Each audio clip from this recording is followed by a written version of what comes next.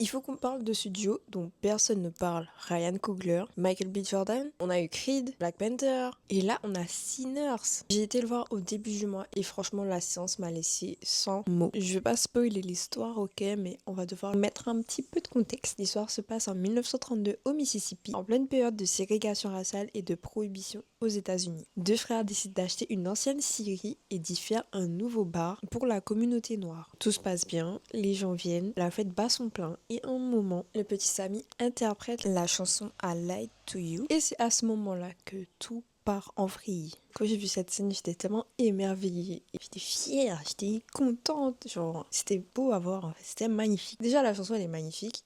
Mais en plus, la scène en elle-même, ça m'a vraiment touchée, en fait. Voir ça au cinéma, c'est pas juste visuellement beau, c'est important. Le mélange des genres du blues au funk, à la soul, au hip-hop, en passant par le rock, c'est l'histoire de la communauté noire qui défile. Ça raconte comment on a toujours su transformer la douleur en puissance, l'oppression en art et la mémoire en mouvement. Ce qui m'a marqué, c'est vraiment comment la musique devient un langage universel entre les générations. Et franchement, ce que j'ai adoré par-dessus tout, je pense, c'est vraiment que, en fait, j'avais fait une sorte d'arbre généalogique des genres, depuis le blues jusqu'au hip-hop, en fait. Voir ça au cinéma, ça va.